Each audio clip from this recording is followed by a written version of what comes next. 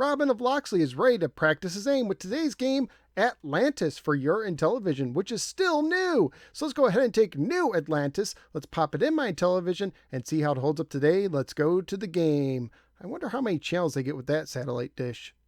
Atlantis was published by Imagic and carries a copyright year of 1982. It is a port of the Atari 2600 Classic.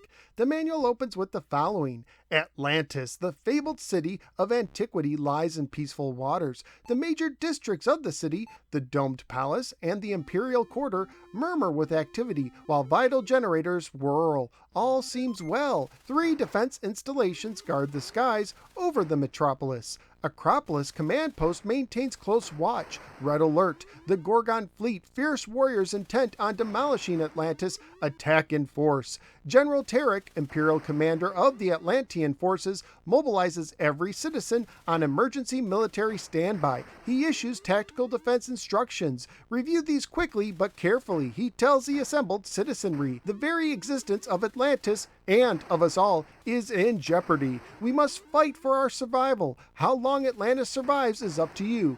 That'll be all. To your stations. Wow, no pressure at all. Atlantis is a single screen action game for 1 or 2 players alternating with 3 modes of difficulty. The overlay can be very helpful for first time players. It shows you that you use the first row of buttons to start your game and reset your game when it's over. The second row to select a difficulty, the third row to select the number of players, the fourth row to engage the saucer, the upper side buttons to fire from the left sentry or to fire to the left when using the saucer, and the lower side buttons to fire from the right sentry or to fire to the right when using the saucer, and the disc to aim or move the saucer when in flight. Phew, that is a lot. The goal of the game is to blow up the enemies before they get low enough to destroy a section of your city. You start by moving a crosshair to aim and press the appropriate side buttons to fire. Similar to Missile Command, an explosion in the air will last for a brief moment, destroying any enemy who flies into it. Pressing the saucer button switches your controls to the saucer. While flying, you use up fuel points as shown on the bottom of the screen.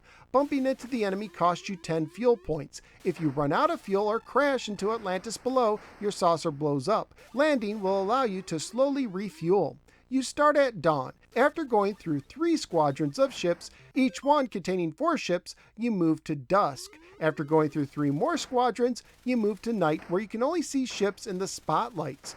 After 3 more squadrons, you survive the day and move on to the next day at dawn. If an enemy gets too low, it can destroy part of the city. Your game ends when every part of the city has been destroyed, with the saucer leaving to play Cosmic Arc, which sadly never came to the Intellivision, unless you reach the kill screen at day 12. Scoring wise, on day 1 you get 10 points for blasting something with the sentry, and that value increases 10 points every day, and 40 points for destroying something with the saucer, and that value also increases 40 points every day.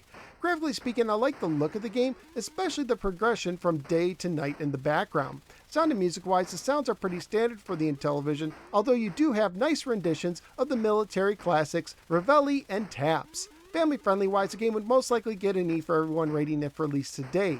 Currently at PriceCharting.com, the game has a value of $4 loose, $9 complete, and $9 new. So what did I think of Atlantis on the Intellivision?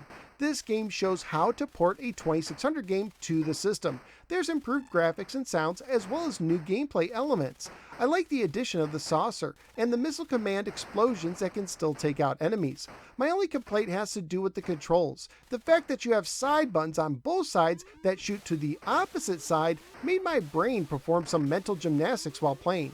I understand that the limitations of the controller is at fault, but I wish that the right side buttons only shot the right sentry or shot to the right with the saucer and vice versa. But since this is impossible, I wish they made an alternate control available using the keypad. For instance, using the 1 key for the left sentry and the 3 key for the right. Also, this is one of those games that cramped my hand after a while.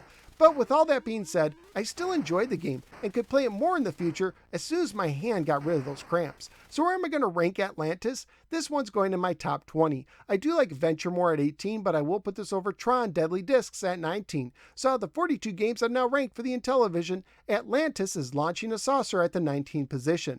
Atlantis on the Intellivision shows how to port a 2600 game to the system. But that's just my opinion. What do you think? Let me know in the comments below. Also, please like, share, and subscribe. Follow me both on the Facebook and the Twitter. Click the bell so you don't miss any future videos, and sign up at patreon.com/NoSwearGamer, just like Intellivisionary Rick did, to support the show and gain access to exclusive perks.